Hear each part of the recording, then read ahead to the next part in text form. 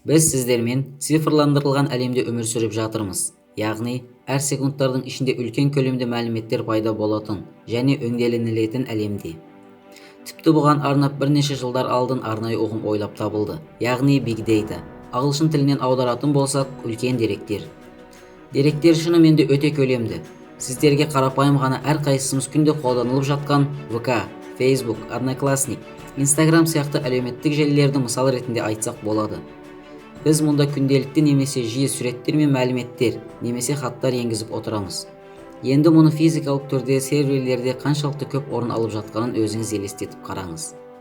Жай ғана ВК-ны алып қарайтын болсақ, қолданушылар бір күннің ішінде 5 миллиард хаттармен ауысады екен. Ал Facebook бір күнде жарты миллиард терабайт ақпарат өңдейді. Бұл үлкен деректерге кішкене ғана мысал.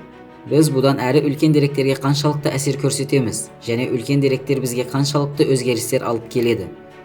Бұл туралы қазір сіздерге кеңірек айтатын боламыз.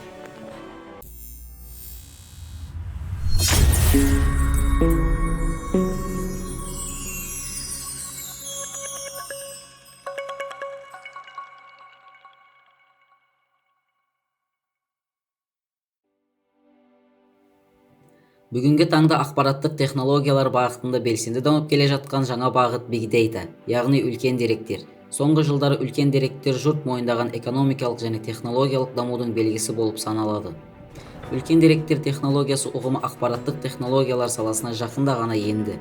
Оны енгізген Клиффорд Линч.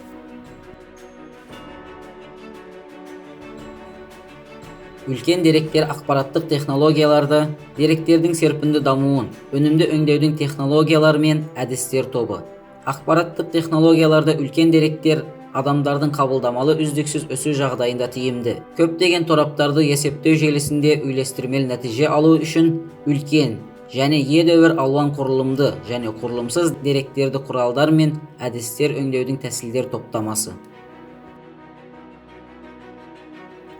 Gartner компаниясының зерттеулері үлкен деректер технологиясы өндірістегі ақпараттық технологияларға, денсаулық сақтау, сауда, мемлекеттік басқарма және тағы басқа үлкен деректер қолданылатын салаларда байыпты ықпал ететінін болжайды.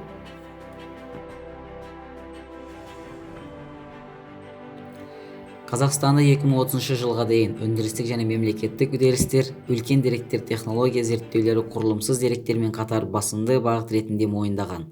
Үлкен деректер мәліметтердің көзі, контент форматы, мәліметтерді сақтау, мәліметтерді қою және мәліметтерді өңдеуіне қарай жалпы жіктеледі. Қазір дүние жүзі бойынша ақпараттар өте көп жиналған. Бүгінде ол 1,5 зетабайтқа тең. Үлкен деректер технологиясында пайдаланылатын деректердің көлемі байт, килобайт, мегабайт, гигабайт, терабайт, петабайт, экзабайт, зетабайт, йотабайтқа дейінгі деректер көлемі алып жатыр. Және үлкен деректер технологиясында пайдаланылатын деректер көлемі одан әрі өсетіндігі анық. Үлкен деректер технологиясының негізгі белгілері қандай? Алғаш рет 2001 жылы Gartner 3V белгілеріне бөледі. Олар әртүрлілік, көлем, жылдамдылық. Бұл белгілер технологияның негізгі сипаттамалары болып табылады. Әртүрлілік деректерді талдауды тиімді жүргізуге көмектесетін қасиет. Көлемде технологияның ең маңызды қасиетінің бірі. Жинақталатын деректерді зерттеудің мәні мен әлеуетін анықтайтын ол көлем. Жылдамдылықта деректерді қандай жылдамдылықта жинап, қандай талаптарға сәйкес өңделінетінін анықтайтын қасиет. Кейіннен тағы екі белгісін қосу керек болды. Және құн мен шынайылылығы қосылып, осылайша 5V болып аталады. Құны пайдаланушыларға экономикалық тиімділігін сипаттайтын технология белгісі дұрыстығы, едәуір өзгеше болуы мүмкін болған жинақталған деректердің сапасы. Нақты талдауды бастапқы деректердің дұрыстығына тәуелді. Қазіргі күнімізде тағы бір күрделілік ұғымы қосылды. Деректерді басқару өте күрделі болуы мүмкін, әсіресе әртүрлі көздерден деректердің үлкен көлемдерін өңдеу кезінде.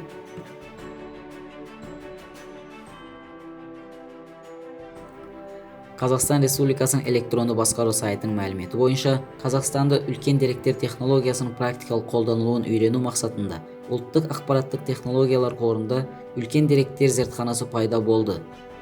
Бүгінде зертхана республикалық ego порталында тұтынушыларға анализдеу жұмыстарын жүргізуде. ego электрондық үкіметінің негізгі тұтынушыларының деректер көздері, халыққа қызмет көрсету орталығы, азаматтардың электронды жолдауы, SMS хабарламалар, әлеуметтік желі болып табылады. Бүгінгі күнде ego электрондық порталында 15 терабайттан артық мәліметтер сақталынуда.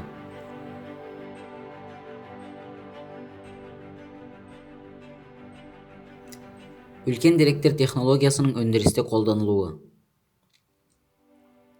Аз уақыттың ішінде үлкен деректер технологиясы тиімді қолданылуы жөнінде өз бағасын алып үлгерді. Әлемдегі аналитиктердің бағалауы бойынша ең жоғары көрсеткіш энергетика саласына қатысты болды. Үлкен деректер технологиясының өзге ғылым саласы, транспорт саласы, қаржы, коммерциализация саласы, ақпараттық технология және басқа да салаларда көптеп қолданылады және өз тиімділігін көрсетуде. Бұл аталған әр саланың өзіндік аналитикалық, статистикалық талдауларын жүргізіп отырады. Мысалы, коммерциализация саласын айтатын болсақ, сатып алушылар моделі және тәртібі анализі, тұтынушылардың тәртібін модельдеу, тәуекел бойынша шешім қабылдау сияқты тармақтарында анализдер жасайды. Оның ішінде қарапайым бәрімізге белгілі болған колл-центрді алатын болсақ, олар тұтынушылардың мінез-құлқын сөйлесу барысында анықтайды және анализін жасайды. Осы тәсілдер арқылы олар алдыңғы уақытта стратегиялық жоспарлар әзірлейді. Ақпарат кімнің қолында болса, әлем соның уысында. Көбі бұл нақыл сөздің ақиқат екеніне 21 ғасырдың екінші 10 жылдығынан кейін мойындайды. Сіздерге де дәлел ретінде бәріміз білетін ақш-тың Вашингтон штатында орналасқан халықаралық электрондық саудамен айналысатын Amazon компаниясын қарастырайық. Amazon Big Data'сы деген не? Amazon веб-сервисі үлкен деректер қосымшаларын құруға, қорғауға және орналастыруға көмектесетін кең және интеграцияланған бұлтты есептеу қызметтерінің жиынтығын ұсынады.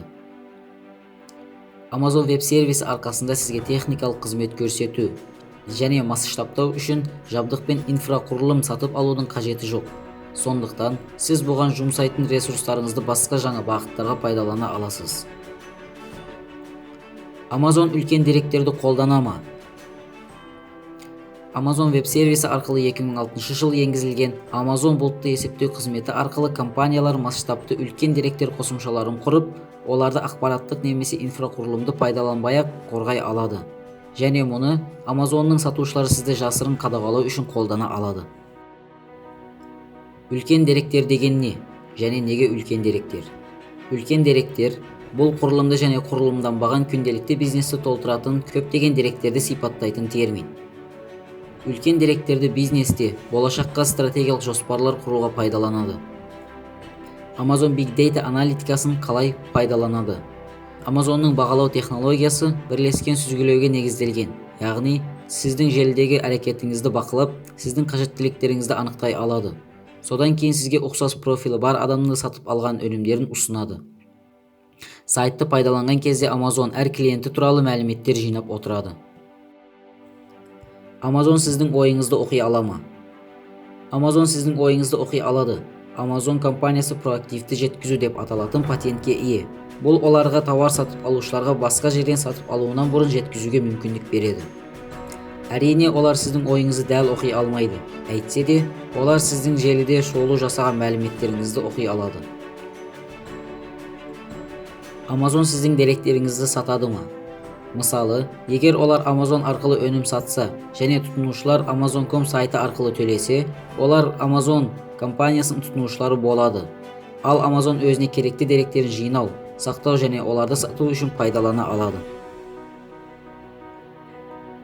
Amazon баға жағынан үйлесімді ме? Amazon.com біз алып жүрген барлық тауарларды бәсекеге қабілетті бағаларын ұстап тұру үшін үнемі жұмыс жасайды және кейбір өнімдердің басқа бөлшек саудадағы бағаларына сәйкес келеді. Amazon теледидарларын сатып алу бағасы басқа бәсекелес саудаларының бағасымен сәйкес келеді. Amazon.com өнімдері бағаларын басқаларымен салыстырып көруді ұсынбайды.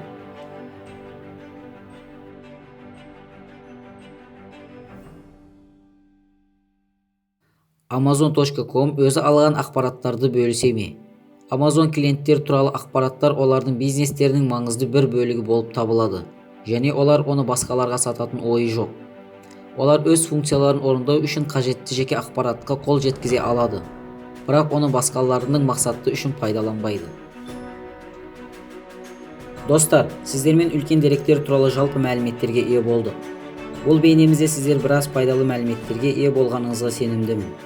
Бейне ұнаған болса лайк басып, каналға жазылыңыз және комментарияға өз пікірлеріңізбен бөлісіңіз. Келесі бейнелерде көріскенше.